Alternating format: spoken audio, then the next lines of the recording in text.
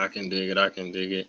I want to know something that you said that stuck out to me. Now you said you was raised by your dad. I think that's powerful. You know what I'm saying? Because a lot of time the fathers they feel left out. Like I think I was watching a video with the rapper The Game. You know, he was so hurt and disappointed because he didn't really get anything for Father's Day. So you know, to the viewers, that's letting you know how much of an influence that a positive black father can have, even on a daughter or a son. You know, so that's real cool. That's real Most cool. definitely.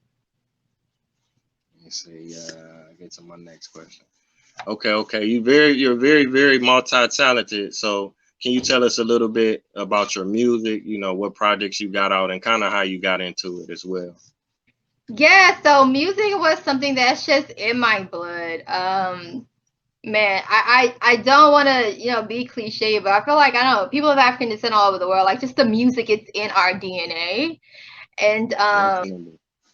just the grooves of like R&B and the drums and hip hop and things like that. So I've been listening to music basically literally my whole life. My dad used to be a DJ, so it was just always music around. If you're gonna wake up on Saturday to clean, there's always something playing. So I just took a liking to music, and around like 7 years old, the singer named Maya came out, and I was just like, oh my goodness, like I want to be a singer like Maya. So I started a singing group at like 10, and no one wanted to be a writer. So I decided to write. This was when I was living in LA. So the singing group obviously disbanded because people wasn't really serious about it. So I just kept Mm-hmm. writing. And so like to this day, I've written like over 1,600 songs.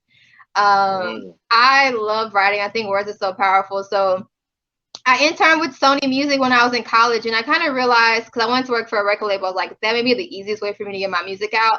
But I realized like record labels already know who they want to win. So now I just, I started my own label and I just released my own music. I sing urban pop and tribal trill. So urban pop is a mix of R&B, hip hop, and pop. Then tribal trill is like southern beats with African grooves and percussion. Just wanted to put positive music out there, especially in the States when you're with the label, like 9 times out of 10, they want you to push their agenda, which is negative stereotypical things that I'm just not willing to do. mhm. So I release everything solo, and right now I have Pan African Think Tank Volume 1 that's out, and every song is about enhancing the listener's knowledge about the beauty of being of African descent. So yeah.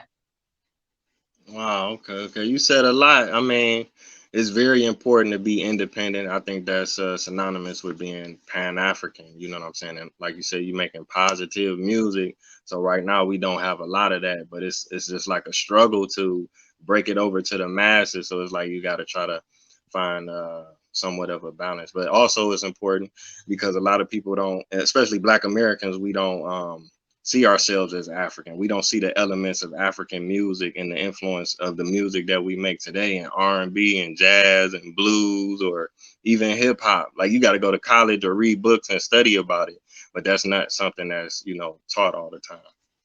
Yep. Let's see. Okay, okay. You are an author as well.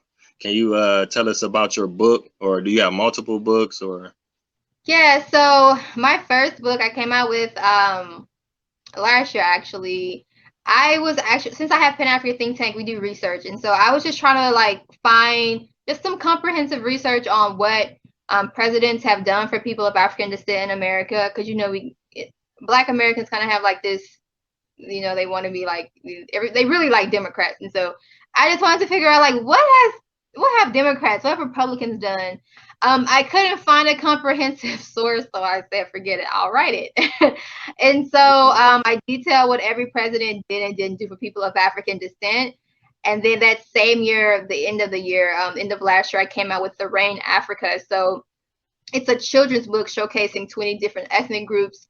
I'm kind of like awakening, the youth into realizing that Africa is beautiful, that the things the Western world may think is not professional, such as piercings and tattoos and whatnot, that is just a part of the tribal culture over there. So just seeing them in a beautiful light. And then October of this year, I'm releasing The Rain North and South America. So now that you know about Africa, we're going to take you to the Americas so you can learn about, how they got over here, why they got over here, and what are the injustices that they're still facing.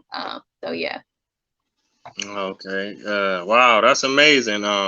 It's very important. A lot of things that you said. So I'm trying to think. I mean, my nieces and nephew, I tell them they African all the time. I tell them they beautiful, black and beautiful. I give them African names. I don't even call them by the name that their parents gave them. So it's good to get at them at an early age. You know what I'm saying? So they can have a certain level of confidence and self-esteem. That stuff is very important, and it'll last them a lifetime. That was what my grandmother told me when I was little. She was like, my dad told us we was Africans and we should go back to Africa, because my great grandfather, he was a follower of Marcus Garvey. He left Atlanta in the 1920s during the Great Migration, and then you know what I'm saying.